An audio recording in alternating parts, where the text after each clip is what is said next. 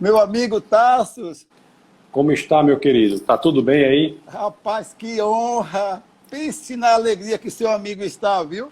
Alegria toda minha, toda Rapaz, minha. tanto tempo que nós conversamos, não é? É, Eu creio que a última vez foi lá nos Estados Unidos, na sua casa. Seus acho, filhos ainda eram pequenos. Estou sabendo que Orlando já está fazendo direito, rapaz. Que coisa boa. Rapaz, é uma honra grande estar falar com você, viu? Pense, ouvir da sua sabedoria. Eu estava falando aqui antes de você entrar, da sua simplicidade que nos constrangia, né? A gente fica realmente impactado com essa sua simplicidade. Você é um rapaz muito culto, né? Foi professor na Oral Robert, não é isso? hum, Rapaz, e hoje você aqui comigo, para mim, é uma realização de um sonho, ok? Estar com alegria. você aqui. E, rapaz, tem um povo aqui que está com expectativa tão grande de ouvir você. Mas antes de nós continuarmos, eu quero falar para todos aí que estão assistindo que isso aqui não foi briga com Vânia, não, né? Eu estou com uma cicatrizinha aqui, mas está sarado, já está cicatrizando. Foi na quarta-feira, eu inventei de pescar e foi realmente a falta de habilidade. E aqui foi um livramento, tá? Eu não sei se foi o anzol ou a chumbada que pegou aqui na testa e cortou, foi um livramento de Deus, viu? Mas estou bem, graças a Deus. Basta a marca aqui. Eu ia até fazer uma maquiagem, mas eu disse, não, eu vou deixar assim mesmo. Porque eu não quero, deixa assim para que as pessoas saibam que nós somos normais. Me conte as novidades aí, como é que está Camila e seus filhos. Eu gostaria que você se apresentasse, né, para o nosso público aqui em nossas congregações, ponto de pregações, o pessoal da nossa igreja está todos envolvidos, não é? Para ouvir você, né? Porque, Tasso, eu vou falar algo para você, que eu tenho falado com todos os meus pastores aqui, minhas ovelhas, que nesse assunto, né, de apologética, né, você para mim, né, um dos melhores nesse assunto. Você realmente é um maestro nesse assunto, né? Eu vejo isso, eu tenho visto isso. Por sinal, você tem esse canal, né, Defesa da Fé, onde você é muito visto pelo mundo todo, não é? Então, para nós é uma honra. Eu gostaria que você se apresentasse, né, falasse com o nosso povo, antes de eu fazer algumas perguntas para você. Primeiramente, gostaria de dizer da minha alegria, pastor, de estar conversando, né, com você, que realmente faz muito tempo. Você e sua família são pessoas de quem eu gosto pessoalmente, por quem eu tenho o maior carinho, né? Nós já tivemos várias oportunidades assim de nos encontrarmos, de conversarmos, de brincarmos. Então é uma satisfação muito grande, né? Você e sua família são soldados importantíssimos aí no Exército de Cristo, que tem expandido o reino, e para mim é uma satisfação muito grande. Em relação a mim, eu exerço assim, basicamente duas funções. Sou professor da Universidade Federal aqui do Rio Grande do Norte há muitos anos. A primeira aula que eu ensinei aqui foi em 1999. Rapaz, tem tempo, viu? Tem tempo, E sirvo aqui como pastor na Igreja Defesa da Fé. Amém. Aqui em Natal, né? É uma igreja pentecostal, mas uma igreja que também atua muito na organização do pensamento para que as pessoas sejam capazes de oferecer as razões históricas, científicas e filosóficas para se seguir Jesus Cristo. Então, basicamente, são essas duas funções. Camila, a minha esposa, está agora lá na igreja, numa reunião de oração. Sim. Né? Mas eu quero repassar, né, o carinho que ela também tem por todos vocês, por você, pela pastora, pelos seus filhos, que hoje são pastores, não é, na igreja? Sim, as duas estão casadas com pastores. Pronto, as duas filhas que atuam... Estão assistindo agora, viu? Então vai um abraço aí para Leilane elas. está em Vitória da Conquista, chegou de viagem hoje, mas já está lá assistindo também, eu tenho certeza. E Pati e pastor Samuel, que mora aqui em Salvador, estão assistindo também. Olha aí, um abraço para todos. E dizer do nosso carinho, né? Nossa família gosta muito, admira muito a sua família pelo que tem feito pelo reino. Na verdade, eu tenho uma admiração grande por você, por Camila, por seu pai, né? Doutor Licurgo, um homem simples demais também. Eu tive a oportunidade de passar uma noite aí em Natal, fui tratado como um rei. Realmente, sua família realmente nos inspira, né? Vocês são realmente para nós referenciais, tá? Saiba disso, viu? E o nosso povo aqui, muitas das minhas ovelhas reconhecem você, né? Das redes sociais, e também aquele tempo que você teve aqui em Salvador, que foi um tempo muito bom, mas nós vamos nos organizar, quando passa essa pandemia, para trazer você de volta aqui, para fazer um evento presencial, fazer um evento que vai impactar o Salvador, ok? Mas eu quero começar com uma pergunta. Se eu não me engano, você foi ateu. Não foi isso? Foi. Você foi ateu, e um ateu, como a própria palavra diz, ele não acredita, não é? Em algumas coisas, né? Em Deus, por exemplo. E eu quero saber o seguinte, é uma pergunta que eu sei que todos que estão assistindo também querem saber. Como é que foi a conversão de um ateu? O que levou um ateu a se converter? A minha conversão foi uma rendição, né? Eu me rendi à veracidade do Evangelho. Então, na época, eu era ateu, minha esposa era de uma religião nominal, né? Era um cristianismo nominal, era católica. E minha esposa ficou grávida do nosso primeiro filho, Orlando, aquele que hoje está já está aí na faculdade. Na faculdade. 16 anos entrou na faculdade, não foi? Foi, ele entrou novo, entrou com 16 anos, tá com filho de peixe, peixinho é. Está com 17 agora, está no segundo ano do curso de Direito. E ela recebeu um diagnóstico na época de que havia um problema sério na gravidez e ela, sem muito entendimento naquele momento, mesmo assim ela se dirigiu a Deus, né, e disse que se Deus curasse a criança ali no ventre dela, ela iria ler a Bíblia e fazer o que a Bíblia dissesse. Amém. E de fato essa cura ocorreu, né? E nós começamos a frequentar uma igreja, a Igreja Batista, primeira Igreja Batista lá do Crato, que eu atuei 2 anos lá. Eu fui pró-reitor de planejamento da universidade lá no Ceará. E ela começou a frequentar. E eu gostava das pessoas, mas achava que era uma falsidade o cristianismo, não é a veracidade. Mas eu não tinha raiva de crente. Eu tinha assim, o pessoal tem uma conduta interessante, um código moral, mas eu achava que era falsidade. Até que chegou às minhas mãos, pastor, e essa parte aí, eu não sei como ocorreu, mas chegou às minhas mãos um livro de C.S. Lewis, chamado Cristianismo Puro e Simples. E eu, ao ler esse livro, eu fiquei muito impressionado com a delicadeza, com a sofisticação do argumento. Eu fiquei, foi como um soco no meu estômago, assim, no sentido de dizer, existe realmente um cristianismo inteligente. Então eu comecei a investigar os sistemas de pensamento e cheguei à conclusão de que o sistema para o qual há mais evidências é o cristianismo. Então naquele momento eu não me converti, mas eu me convenci de que o cristianismo era a verdade.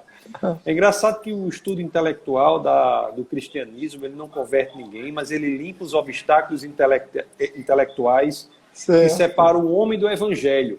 Então eu limpei aqueles obstáculos e fiquei naquela situação. Interessante que a minha esposa, ela engravida, né, pela segunda vez, e temos a nossa segunda filha, que é Lissa, e ela faleceu, né?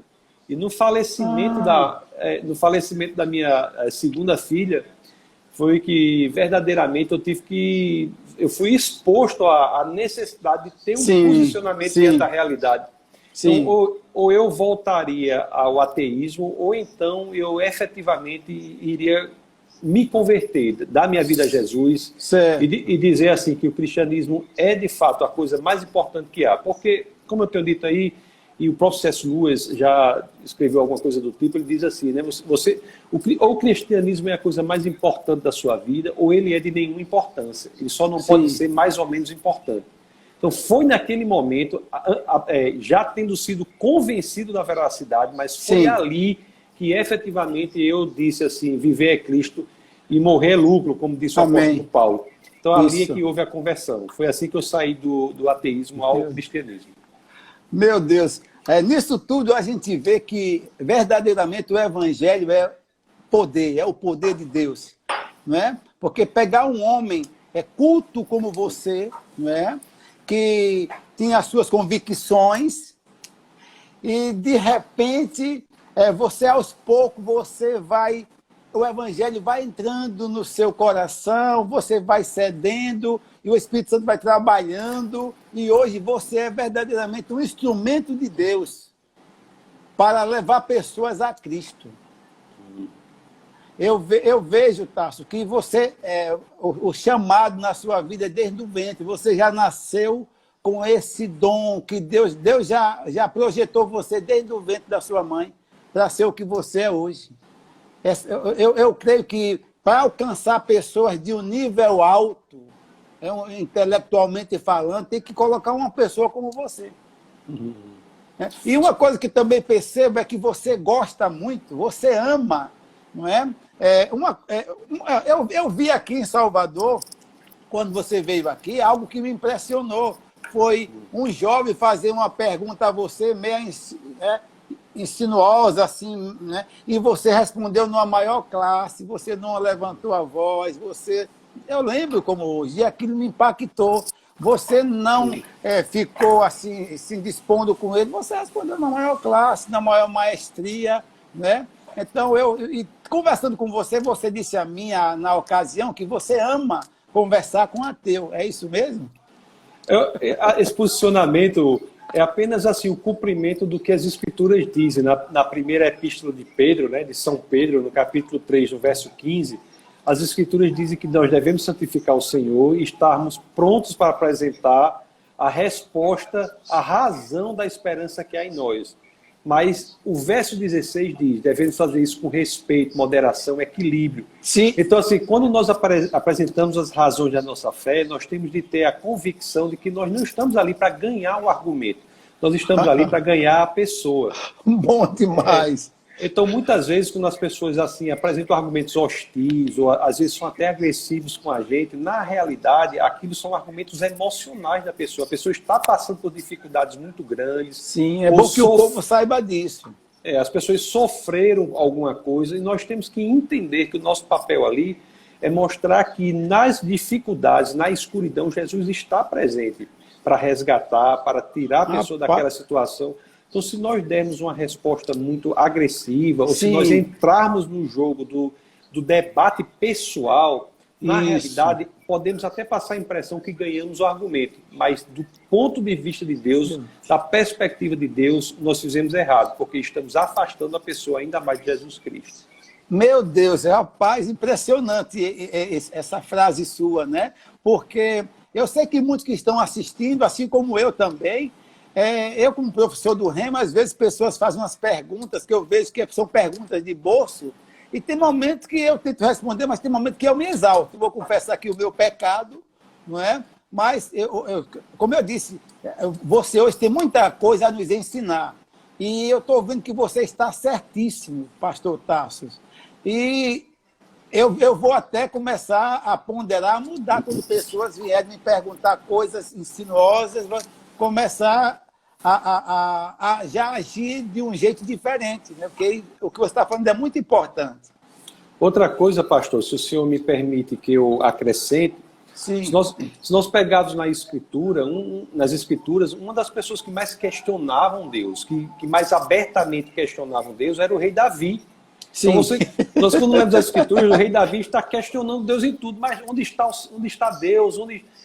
São questões genuínas, verdadeiras, são questões existenciais, questões que saem do coração. E o que Deus diz dessa pessoa? Que é aquela que tem o coração segundo Deus, né? Isso.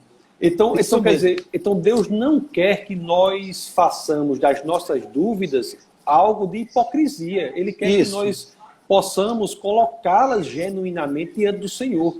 Deus quer que nós tragamos as dúvidas a Ele, levemos as dúvidas a Ele. E não que nós as camuflemos. Muito bom. O que Ele quer é que sejamos expostos, ou coloquemos o nosso coração e a nossa mente abertos para Ele.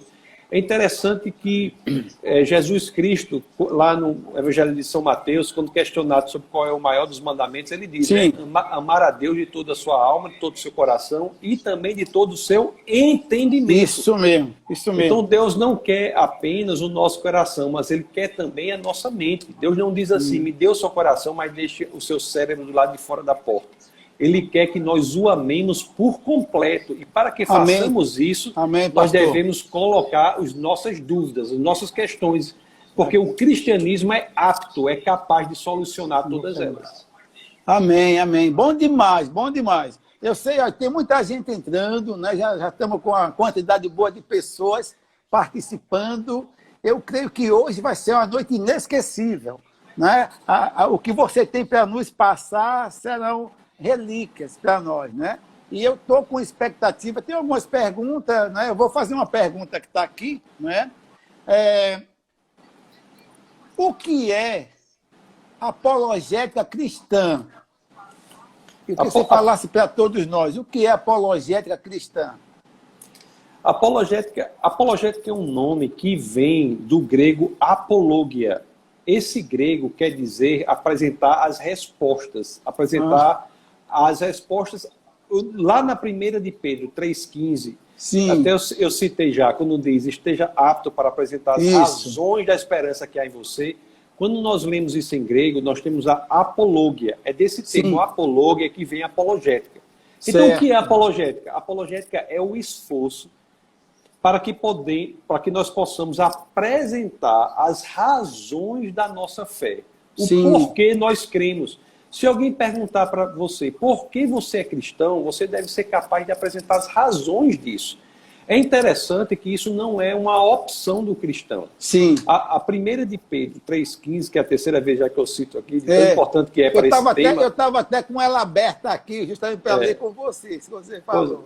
Isso é um mandamento escritural para todo cristão. A carta de Pedro é uma carta católica, não no sentido da igreja imperial, mas no sentido de que é uma carta universal.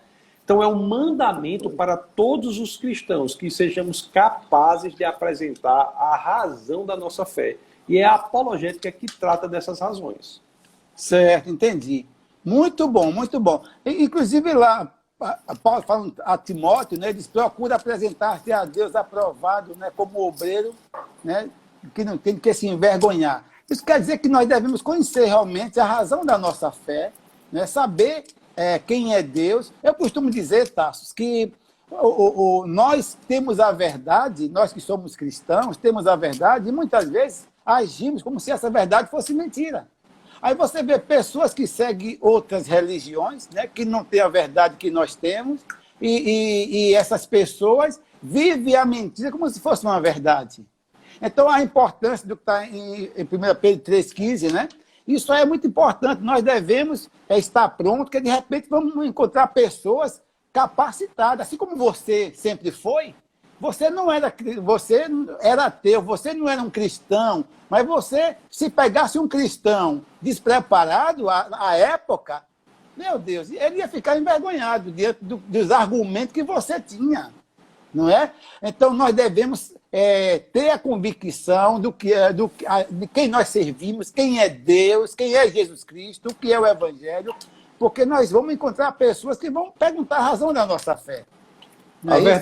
A verdade é uma categoria tão importante do cristianismo, tão relevante, tão singular, que o próprio Cristo, no Evangelho de São João, no capítulo 14, no verso 6, ele diz, eu sou o caminho, a verdade e a vida, né? Ninguém vem ao Pai senão por mim. Esse termo verdade, em João 14,6, é do grego aletheia, que é exatamente o termo verdade sobre o qual toda a intelectualidade grega se debruçava há séculos. Então, a verdade para o cristianismo é Jesus Cristo. Então, você não pode ser cristão se você não busca a verdade. Sim, isso mesmo. E se ele é a verdade, nós podemos buscá-lo também pela nossa mente. Agora, só quero deixar claro, viu, pastor, que a mente não converte ninguém. A conversão espiritual é do coração. Mas o que a mente faz repito, é limpar os obstáculos que separam o homem do evangelho. Então, nós devemos estar convencidos da veracidade do cristianismo e, a partir desse convencimento, é que precisa do elemento da vontade, o elemento Sim, volitivo. isso mesmo. De você se colocar diante do Espírito de Deus e dizer assim, eu me rendo. Isso. Eu me rendo, Senhor, a minha vida é sua. Então, esse ato de rendição diante da verdade é que se dá espiritualmente a conversão a Jesus Cristo. Ô Tarso, uma pergunta. Você que já foi ateu, para um ateu se converter de verdade, é preciso uma intervenção do Espírito Santo, não é isso? Você não acha algo assim inusitável que aconteça na vida dele? Há dois tipos de ateus. Há os ateus que são ateus por questões intelectuais. Eu era assim. É aqueles que são ateus porque acham que o cristianismo é um sistema de pensamento para o qual não há evidências. Sim. E as igrejas atrapalham muito nisso, algumas delas. Quando elas dizem, por exemplo, creia, não duvide, creia, não pense. Qual é a informação que ela está dando? As igrejas que dizem isso estão dando a informação de que o cristianismo não é a verdade, é falsidade. Você não pode investigar. Então, esse tipo de ateu, por questões intelectuais, é um ateu para a conversão dele. Nós podemos discutir a visão de mundo dele, conversar sobre a visão de mundo dele. Você diz assim, por que você não crê? Em que você crê? Me mostra evidências para a sua crença. Por exemplo, eu tive uma aluna na universidade aqui, na Universidade Federal do Rio Grande do Norte, eu estava ensinando lá, ela disse assim, olha, eu creio que eu sou Deus.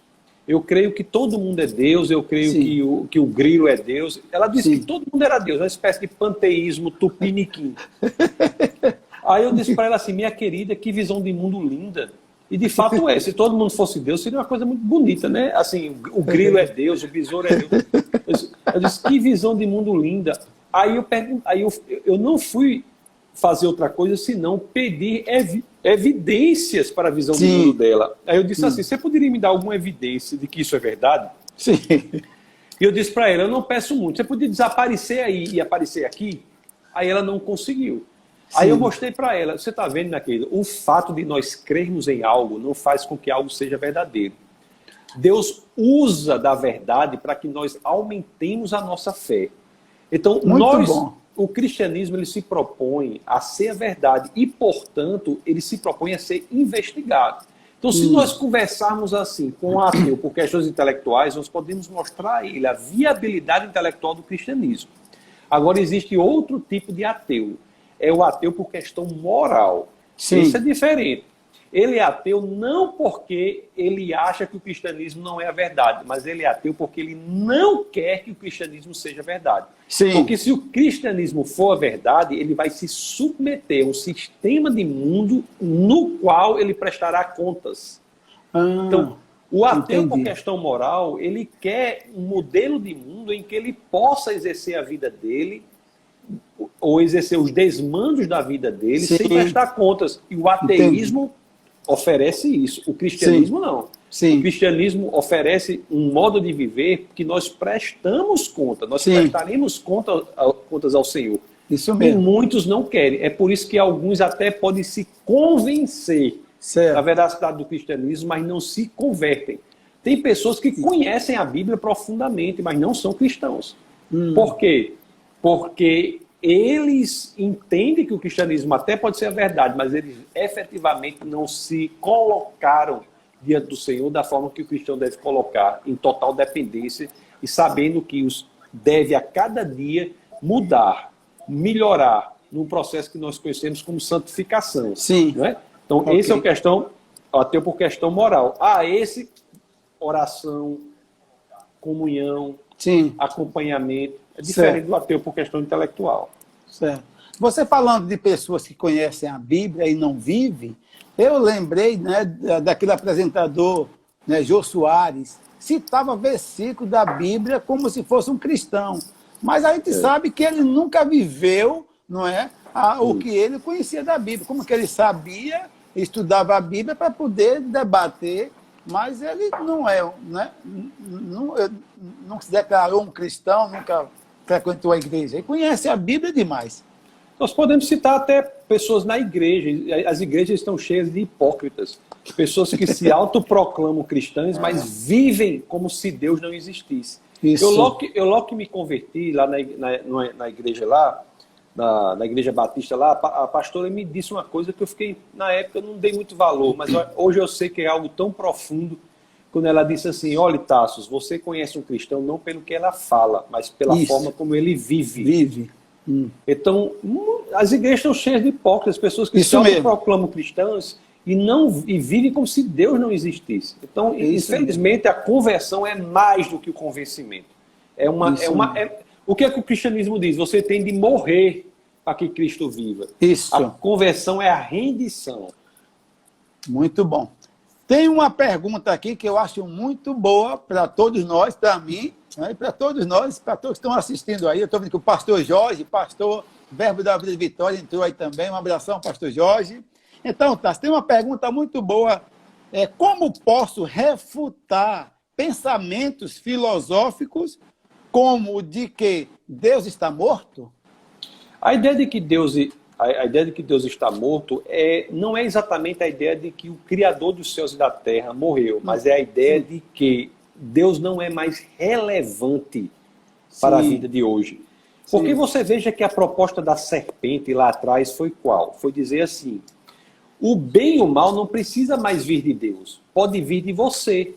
Sim. O bem e o mal pode vir de você. Você é que é a fonte da sua moralidade. Essa proposta, pastor, é tão interessante que é a mesma que o Satanás faz até hoje. Sim. Quando as pessoas dizem assim, ó, faça o que você quiser, isso é bom. Faça o que você desejar, e isso será bom.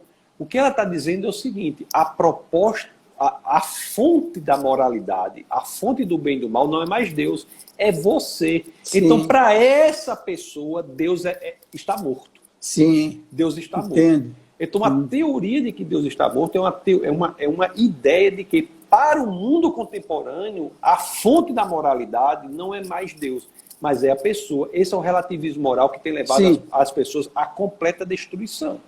Então, o que nós temos que demonstrar a essas pessoas é que a moralidade tem de ser absoluta. Existem argumentos importantes para nós sabermos que existe um bom absoluto, um justo absoluto, um certo absoluto. O Satanás, ele é muito velho. E ele sabe quais são as estratégias que deram certo. E ainda repete aquela que fez ao casal no jardim até hoje em dia. E isso está destruindo os jovens. A ideia de que seja lá o que você deseja é bom. Quando na realidade a gente deve buscar no Senhor o que é certo, bom e justo, para que possamos fazer. Eu sei. Ô Tassos, vou fazer 59 anos, já vi muitas coisas a respeito do universo, a respeito do que existe, do que foi criado, né? Aí algumas pessoas têm uma ideia e sustentam essa ideia, não sei se à época você também, como ateu, sustentava, né? Que o universo foi formado a partir de uma explosão, não é? E até nega um criador. E um dia, conversando com você disse: pastor, é mais fácil provar, pelo que foi criado, que Deus existe do que Deus não existe. Eu queria que você falasse um pouquinho sobre isso.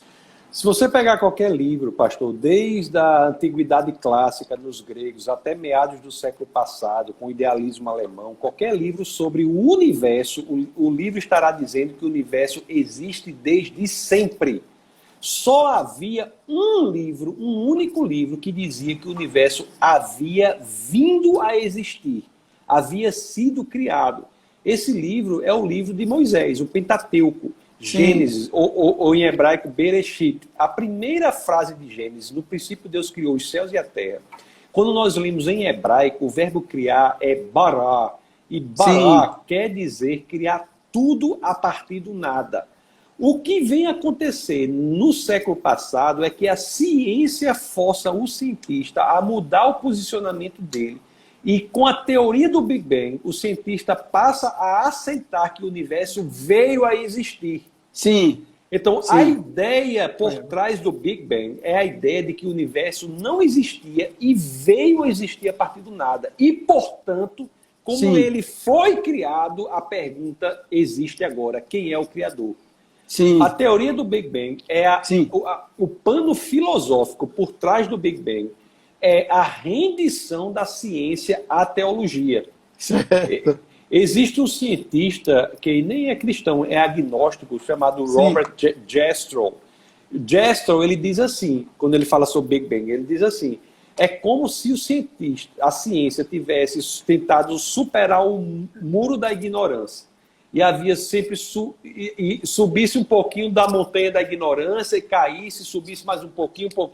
Quando ele chega no pico para superar, para deixar para trás a ignorância, para ter o conhecimento, depois de séculos, ele é saudado por um grupo de teólogos que estavam sentados ali há séculos. Em outras palavras, o que a teoria do Big Bang diz é o seguinte: toda a produção intelectual humana estava errada. Quem estava certa era Moisés. Moisés estava certo. O universo veio a existir a partir do nada. Eu não estou dizendo que tudo do Big Bang é correto. O que eu estou dizendo é que o princípio filosófico por trás do Big Bang, de que o universo veio a existir, é algo que a Bíblia já estava dizendo há mais de 3 dezenas de séculos. O Big Bang é a rendição da ciência ao que as Escrituras dizem, principalmente na primeira frase de Gênesis, quando diz, no princípio, Deus criou os céus e a terra, e repito, usando o verbo em hebraico, bará. Quer dizer criar tudo a partir do nada, que é diferente do outro verbo, que é assar, que é criação em outro sentido. Certo. A minha filha Leilane colocou aqui, ela botou, aqui Bola de Conquista, casar com o pastor Paulo, ela botou assim, a teoria do Big Bang acabou confirmando o que a Bíblia sempre falou. É isso mesmo? O Big Bang, ele confirma, ou ele afirma que o universo veio a existir. Então, a pergunta passa a fazer parte do diálogo científico. Se ele foi criado, quem é o criador?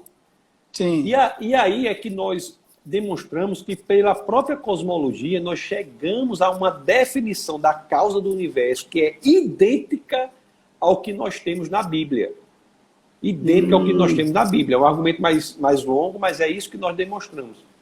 Certo. Entendi. Bom demais. Tem outra pergunta aqui, a quarta pergunta. Como posso provar o evolucionismo? Botar cristianismo, mas não é o evolucionismo. Existe uma diferença entre macroevolução e microevolução. Sim. O que não existe na ciência é a macroevolução, ou seja, um processo natural, de seleção natural, mais mutação aleatória, em que uma espécie pode gerar outra espécie. Sim. O processo de evolução não faz com que haja ganho de complexidade a ponto de criar outra espécie. Isso não ocorre, isso é falso. Sim. O que existe é microevolução. O que é microevolução? Nós, seres humanos, por exemplo, nós evoluímos. Sim. Muitas pessoas hoje já não têm mais os dentes, os terceiros molares, que é o siso, dentro do juízo, eu não sei, cada lugar tem um nome. Certo. Os terceiros molares, muitos nascem sem, porque é um processo microevolutivo. Então, entendi. a evolução não é, a macroevolução não é bíblica e nem é científica. Existem todas as provas que tem de macroevolução que dizem que uma espécie pode gerar outra por um processo natural. Na realidade, são processos de microevolução. Você começa com a bactéria, no final termina com a bactéria. Então, quanto à evolução, existe uma microevolução, mas não existe a macroevolução. Um exemplo de microevolução na Bíblia é, por exemplo, a Arca de Noé. Deus coloca na Arca de Noé um casal de cada tipo, né? Sim. Ali você tem os casais. E aqueles casais lá, por processos microevolutivos, eles geram animais totalmente diferentes, mas da mesma espécie. Sim. Eu, por exemplo, aqui em casa, eu crio 2 cachorros. Certo. Um se chama Coffee e o outro se chama Cappuccino. São os dois cachorros. Eles são totalmente diferentes um do outro. Um é um bulldog francês e o outro é uma mistura de golden com um ovelheiro gaúcho. Um tem pelo, um tem pelo longo, outro tem pelo curto, um tem rabo, outro não tem rabo, são totalmente diferentes. Mas ambos são cães. Por que são tão diferentes? Por um processo microevolutivo. Sim. Isso é bíblico. Então, eu já ouvi algumas pessoas há muitos anos falando, né, que o homem o ser humano foi originado a partir de uma ameba. Eu não sei se você já ouviu falar, alguém falar sobre isso. Sim, mas o grande problema que nós temos hoje é que a ameba não é um organismo simples. Quando as pessoas defendem que a ameba é o primeiro organismo, é como se um organismo unicelular, estou falando ameba para dizer um organismo simples, Sim. a ameba só tem uma célula, ela Sim. viesse a existir a partir da não-vida. Isso não é possível. Certo. Para você ter uma ideia, pastor, a ameba é tão complexa que só o DNA da ameba tem informação equivalente a 1000 volumes da Enciclopédia Britânica. O DNA é um alfabeto, né? Um alfabeto de 4 letras. A, T, Meu C, Deus, G. impressionante. Dentro do DNA da ameba, nós temos informação equivalente a 1000 volumes da Enciclopédia Britânica. Então, não é possível criar a vida a partir da não-vida. Isso não se prova. Quanto mais dizer que a ganho de complexidade é a ponto de chegar no homem que tem 100 trilhões de células, e células muito mais complexas. Se você pegar, por exemplo, o DNA de uma célula do cérebro humano, tem informação equivalente a 5 milhões de páginas de informação. Então, uma só célula, e o homem tem 100 trilhões de células. Isso, meu Deus. Então, assim, isso é mais fé para crer nisso do que para crer nas Escrituras, quando dizem que Deus criou o homem isoladamente e os animais segundo os seus tipos. É muita fé para crer que o homem veio a partir do nada. Tem muitos argumentos contra a evolução. Muitos argumentos contra a evolução. Ô, Tarso, tem uma pergunta aqui. Por que devo acreditar que Deus existe ou acreditar em Deus? Porque é a verdade, porque é um fato, porque há evidências para isso. Você não deve acreditar em que Deus existe para que você tenha uma vida mais confortável. Você não deve acreditar que Deus existe porque você gostaria que ele existisse. Não, você deve acreditar em Deus existe porque há evidências para isso. A realidade da existência de Deus é algo independente do que você pensa. Então você deve buscar qual é a verdade. E a verdade sobre a existência de Deus é algo extremamente importante no nosso tempo aqui na Terra. Por quê? Porque muda tudo. Dependendo da sua posição, se Deus existe ou não, tudo muda na sua vida. Seu casamento é diferente, seu trabalho é diferente, seus amigos diferentes.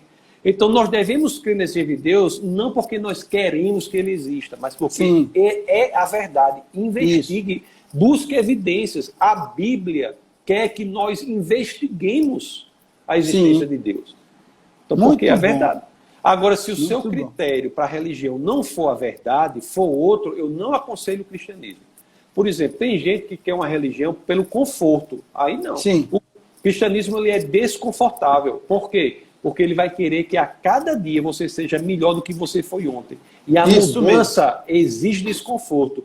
Exige que você lute contra os seus pecados, exige um processo de santificação, exige que você procure ser cada vez mais parecido com Jesus Cristo. Isso é cristianismo. Agora, o cristianismo você deve escolher porque é a verdade, não por outra razão. Certo, tranquilo. Tarso, a gente ouve... É uma coisa impressionante, porque numa época como essa, né? Pleno século XXI, a gente ouve ainda pessoas acreditam, ainda existem pessoas que acreditam que nós, humanos, viemos de um macaco. O que é que você tem a ver? O que é que você tem a dizer contra isso? Na realidade, o que a ciência diz é que o homem e o macaco vieram do mesmo ancestral. E, de fato, existe muita semelhança de DNA entre o homem e o macaco, por exemplo. Mas o que é interessante, eu acho que eu até disse aí em Salvador uma vez que eu estive aí, é que o homem é, sim, vamos dizer, 96% no seu DNA semelhante ao macaco. Mas ele é também 50% do seu DNA semelhante à banana. Isso quer dizer que o homem veio da banana? Não. A semelhança de DNA entre a criação é uma prova de que todos somos frutos do mesmo Criador. Certo. Quando nós vamos identificar em vários quadros de arte, se eles foram pintados pelo mesmo pintor, nós buscamos nesse quadro semelhanças entre eles. Ângulo da pincelada, composição da tinta, escolha de cores, todos os quadros do mesmo pintor repetem certos padrões que identificam que é o mesmo artista. Da mesma forma, nós que somos criação, o homem, o macaco, o gato, a banana, o universo, tudo, temos de ter semelhança, porque somos produtos do mesmo artista, do mesmo que é Deus. Pai. Isso. Muito bom. Então, a semelhança de DNA entre homem e macaco é algo esperado pelo cristianismo. Porque tanto homens quanto macacos, quanto ratos, quanto gatos, quanto banana, quanto alface, tudo isso é fruto do mesmo Criador.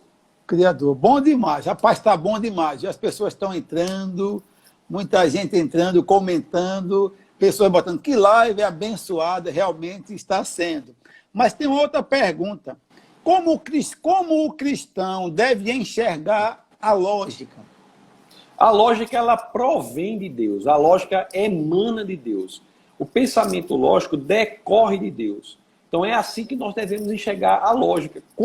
Quando as escrituras dizem que o evangelho é loucura para o mundo, não quer dizer que ele é algo ilógico. Quer dizer o quê? Que o evangelho, de acordo com o que o cristão vive, é um evangelho em cuja lógica Deus está presente. Deus faz parte da equação do cristão. Não é que seja ilógico, é que é lógico com Deus estando presente. Por exemplo, quando nós vamos fazer uma coisa que o mundo acha loucura e nós fazemos, não é porque somos ilógicos, é porque na nossa lógica Deus é um axioma, Deus é uma premissa. Então, isso é o entendimento. Deus não quer que nós hajamos ilogicamente. Ele quer que em nossa lógica ele esteja presente. Amém. Glória a Deus. Bom demais. Leilane está perguntando aqui, Tassos está pedindo, no caso, Tassos, indique livros sobre o tema, por favor. Tem vários, é a minha filha. Tem vários autores, né? Tem muitos vídeos do Defesa da Fé no canal do YouTube. Você vai no seu navegador, você coloca no Google Chrome ou Safari ou qualquer outro, você coloca defesadafé.tv.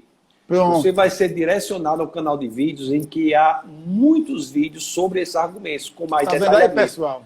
Pronto, outra coisa que nós vamos fazer, pastor, a partir do próximo mês, não, deste mês, ele está em julho já, a partir de julho começa o Café Consciência online, em que todos podem participar. É absolutamente gratuito e todos podem participar. Quem quiser participar gratuitamente, pode entrar no defesadafé.org. Maravilha. E lá vai ter Café Consciência, se inscreve lá que é gratuito. Então o Defesa da Fé ele tem promovido muitos eventos presenciais e agora ainda mais de forma online, porque nós temos contato com pessoas de muitos lugares para que possamos ajudar as pessoas a defenderem com confiança a fé em Jesus Cristo. Muito bom. Pessoal, vocês que estão assistindo, eu encorajo a vocês a buscar aí nesse endereço que o pastor Tassos está indicando.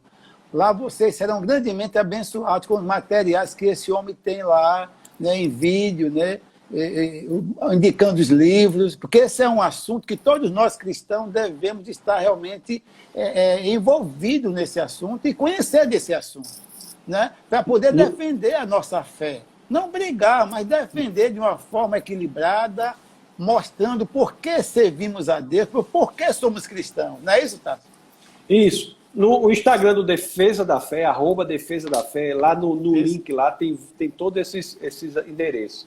É verdade, pastor, nós temos, a sua colocação é perfeita, não para brigar. Não. Né? Olha, uma coisa que eu aprendi no exercício pastoral, que eu acho importante para todo pastor, é a seguinte: nós temos que entender que até Deus respeita o livre-arbítrio. Então nós temos que... Se nós não respeitarmos o livre-arbítrio das pessoas, nós estamos querendo ser mais importantes do que Deus. Isso mesmo. Muito bom. Estou vendo aqui uma outra pergunta, né, que fizeram aqui. Nos conte, isso é para você contar, né? Nos conte alguns exemplos inegáveis da intervenção divina. O Big Bang é um exemplo inegável. A existência do universo é um exemplo inegável. Porque você veja bem, a grande questão para o ateu é: se Deus não existe, por que existe alguma coisa no lugar de nada? Se nada existe, do nada, nada é criado. Sim, Se a isso. ciência diz que houve criação do universo, como é que houve criação do universo se não houve um criador? Sim, A própria existência do universo e das pessoas é algo inegável de que há uma criação, há um criador. amém. Então, Amém. só isso para falar de maneira geral, né? A própria criação. Mas se você analisar bem, né, de uma forma mais pessoal, Sim. nós vemos que a cada momento nós sentimos a existência de Deus na nossa vida. O testemunho pessoal também é uma prova muito importante da existência de Deus. Às vezes é difícil conversar com ateus sobre isso, mas se você é cristão, você pode trazer à sua mente o que Deus fez na sua vida, e isso o sustentará na convicção de que Deus não apenas existe, mas é fiel para fazer muito mais. Então, não podemos esquecer que o testemunho pessoal é algo que devemos nos alimentar sempre dele, para que possamos crescer cada vez mais na intimidade com o Senhor. Bom demais. O meu pastor aqui de uma congregação nossa, de Feira de Santana, pastor Marcos, fez uma pergunta muito boa agora. Ele está perguntando, pastor Tasso, como a ciência pode ser uma aliada da fé? A ciência sempre foi aliada da fé pelo seguinte fato: só existe ciência na perspectiva de que o universo pode ser entendido. O pressuposto da ciência é de que o universo é inteligível, é capaz de ser entendido pela inteligência. E se o universo é capaz de ser entendido pela inteligência, é porque houve uma mente inteligente por trás que organizou tudo isso. Sim. Então, a ciência não é contrária à fé. Olha, Deus se revela de duas formas. Existe a revelação especial, que são as Escrituras. Existe a revelação geral, que é a natureza. Sim. O estudo da natureza, que é dado pela boa ciência, nada mais é do que o estudo da revelação geral de Deus. Sim. Fazer ciência é entender Deus. Sim. A teologia está para a Bíblia, assim como a ciência está para a natureza. E Deus escreveu esses dois livros, a Bíblia e a natureza. Então, ciência e teologia não podem se contradizer se elas são feitas adequadamente. Sim, certo. Muito bom. Não é por acaso, meu querido pastor, que todas as maiores e melhores universidades do mundo foram criadas como escolas cristãs. Sim. Harvard, Sim. Princeton, Yale, Cambridge, Oxford, foram todas criadas como escolas cristãs. A única grande universidade do mundo que não foi criada como escola cristã, mas como uma universidade secular, foi o MIT.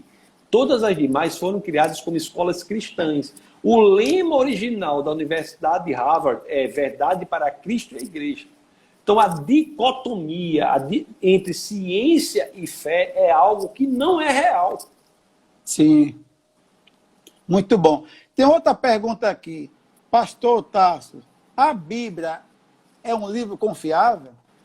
É o livro mais confiável que existe, né? Os 66 livros da Bíblia, 39 do Antigo Testamento, 27 do Novo Testamento, escritos num período de 15 séculos, por cerca de 40 autores, né? 31 dos 40 autores escreveram os 39 livros do Antigo Testamento e 9 dos 40 escreveram os 27 do Novo Testamento. Nesses 15 séculos, pessoas totalmente diferentes, né? Você tem escritores como Pedro, que era um pescador, mas você tem escritores como Paulo, que era um filósofo treinado, escritores como Salomão, Davi, que eram reis, e com estilos literários totalmente diferentes. Você tem livros poéticos, como é o caso de Salmos, de Provérbios, ou tem até livro erótico, como é o caso de Cantares. Sim, você tem livros históricos, como é o livro de Atos dos Apóstolos, no qual há 84 fatos que são provados pela história e arqueologia, e quando você coloca todo esse material produzido em 15 séculos, não há uma só contradição, há dificuldades aparentes, mas não há contradição, e isso mostra uma confiabilidade que não é encontrada em nenhum outro texto produzido na Antiguidade em qualquer outro tempo.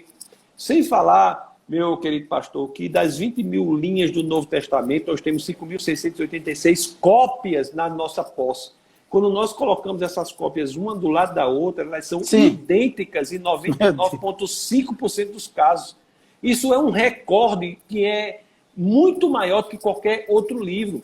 Para que você tenha uma ideia, o segundo lugar nesse número de cópias do que tem o Novo Testamento é o livro de Ilíada, escrita por Homero, em que você tem 643 cópias. Os diálogos de Platão são baseados em 7 cópias. Então, a Bíblia é, para o ateu ou para qualquer outra pessoa, o livro mais confiável que existe. Amém. Neste evento do Café com Ciência, nós fazemos 6 assuntos. O primeiro é fé e razão. O segundo é Deus e o universo. O outro é Deus e a vida. Depois nós fazemos Deus e a moralidade. Depois o quinto é confiabilidade da Bíblia. E o sexto é Jesus entre outros deuses. Neste quinto de confiabilidade da Bíblia, nós iremos nos aprofundar nessa questão.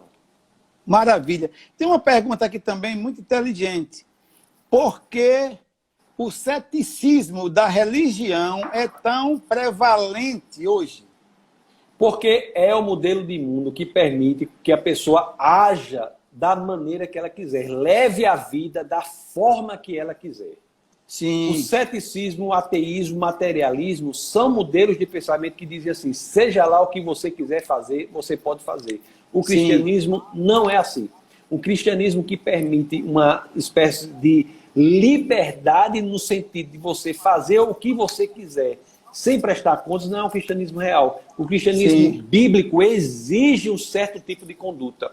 Os mandamentos, por exemplo, eles não foram dados para um povo que não era o povo de Deus. Os mandamentos foram dados para um povo que já havia passado no mar vermelho sem sequer molhar os pés, havia sido miraculosamente alimentado. São padrões de comportamento para um povo que já era o povo de Deus. Então Deus, ele propõe que o homem haja de uma determinada forma. Como muitos não querem negar-se a si próprios para que Deus habite em você, querem ser protagonistas da sua própria existência, eles vão buscar um modelo de mundo que dá vazão a isso. E o modelo que permite que isso ocorra é o ceticismo, materialismo, naturalismo. Porque no cristianismo você não é dono da própria vida. A primeira proposta do cristianismo é morra para que Cristo viva. E não são todos que estão dispostos a essa rendição completa. Pronto, tem uma pergunta aqui. A ciência aponta a destruição da Terra ainda nesse século, e a Bíblia diz o quê? Hoje? A Bíblia é o único livro sagrado que fala de 2 criações. 2 criações, é o único. A Bíblia diz que nós viveremos em novos céus e nova terra. Esse nome novo quer dizer o quê? Que será recriado. Certo. De fato, a ciência diz que esse universo e a Terra, que não é neste século, mas esse universo e a Terra serão absolutamente frios, sem vida, uma grande sopa cósmica sem vida. Mas é totalmente compatível isso com o que diz a Bíblia, quando a Bíblia nos informa que viveremos em novos céus e nova terra. Esse novo aí quer dizer alguma coisa, ou seja, uma segunda criação. Certo. Tem uma pergunta aqui de Valesca. Ela pergunta sobre os manuscritos do Mar Morto. O que você nos diz sobre essa descoberta? Os manuscritos do Mar Morto têm a grande importância de demonstrar que não houve alteração nas escrituras no passado do tempo. Então, nós encontramos no Mar Morto manuscritos de muito tempo atrás que eram absolutamente idênticos aos manuscritos mais datados mais recentemente. Principalmente o livro de Isaías, que veio completo naqueles manuscritos. Então, a grande importância do manuscrito Mar Morto é mostrar que não houve alteração relevante no texto sagrado do passado do tempo. Glória a Deus. Inclusive, o texto do Antigo Testamento, que é o mesmo texto sagrado do judeu, ele é muito bem cuidado. Né? Esse texto é fechado no Concílio de Jâmnia, no ano 90 depois de Cristo, e esse texto é muito bem guardado pelo cristão. E o Novo Testamento também vem sendo estruturado. Eu até tenho no YouTube um vídeo que é como a Bíblia foi formada. Para quem tem dúvidas de como os livros do Antigo Testamento foram formados e do Novo Testamento foram formados, eu ensino nesse texto esse processo. Então, o manuscrito Mar Morto é importante para demonstrar que nós encontramos manuscritos muito antigos que eram idênticos àqueles datados mais recentemente, como uma prova de que não houve alteração no passar dos anos. Amém. Ricardo aqui pergunta, seria muito mais questão filosófica baseada no materialismo e naturalismo? A ciência verdadeira nos aproxima de Deus? A ciência verdadeira nos aproxima de Deus. Por quê? Porque Deus escreveu 2 livros. Escreveu a natureza e escreveu a Bíblia. Então, a boa ciência não pode contradizer a boa teologia. Bom demais, bom demais. Ô, Tasso, você falando sobre a Bíblia, a veracidade, ela foi escrita em quais continentes? A Bíblia foi escrita em 3 continentes, né? Assim, você fala sobre... Você tem... Mas a grande... A Ásia, não foi? A grande importância das escrituras é não só escrita por esses continentes, mas escritas por pessoas totalmente diferentes. E não tem uma só contradição. Aleluia! Glória a Deus, meu irmão. Está faltando, acho que, 3 minutos para nós finalizar essa live. Eu gostaria que você desse as suas considerações finais para esse povo maravilhoso que está nos assistindo até agora. Tem muita gente que entrou fazendo perguntas, viu?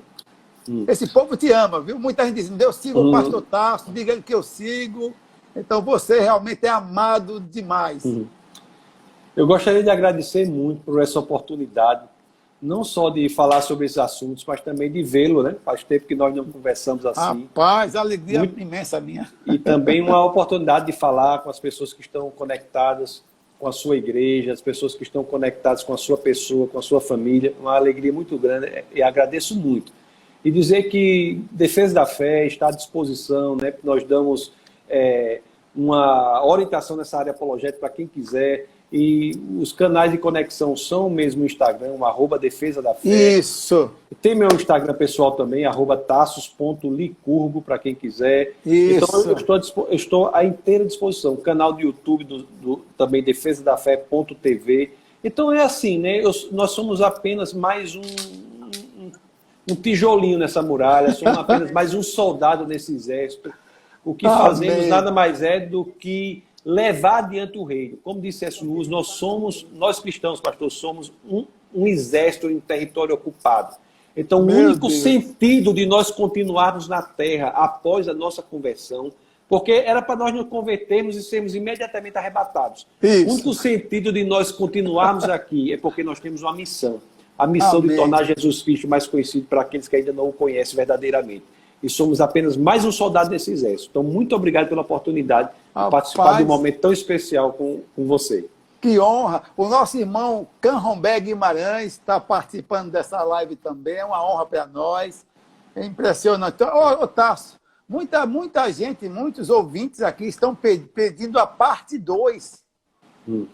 Será possível mais na frente a gente sentar novamente, ter esse prazer, essa honra, mais na vida que é um mês, sei lá, e fazer novamente um bate-papo como esse? Rapaz, não tem dinheiro que pague um bate-papo desse. Podemos sim, vamos combinar, nós encontraremos um momento na minha agenda e na sua agenda, para que possamos ter esse prazer. Nem que fique só para ficar olhando assim para o seu rosto, com essa cicatriz linda que está aí. Só isso aí já vale a pena. Não foi briga. E eu vou fazer tudo. Vamos deixar passar essa pandemia para trazer você aqui novamente, tá bom? Amém, Estamos querido. encerrando, falta só 15 segundos, ok? Foi bom demais participar dessa live. Você é um homem de Deus, você é um pastorzão, viu? Muito obrigado. Amamos você. Dá um abraço em todos aí, seu pai, sua mãe, todos os seus aí. Deus abençoe.